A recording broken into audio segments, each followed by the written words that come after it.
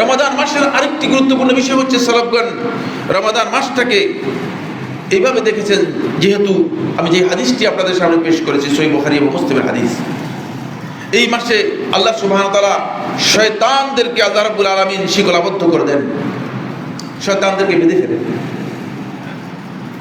শয়তানকে বেঁধে ফেলার অর্থ হচ্ছে আল্লাহ তাআলা আল্লাহর বান্দাদের জন্য নেক আমল, ভালো কাজ করার জন্য সুযোগটাকে অবারিত করে দেন, ওপেন করে দেন।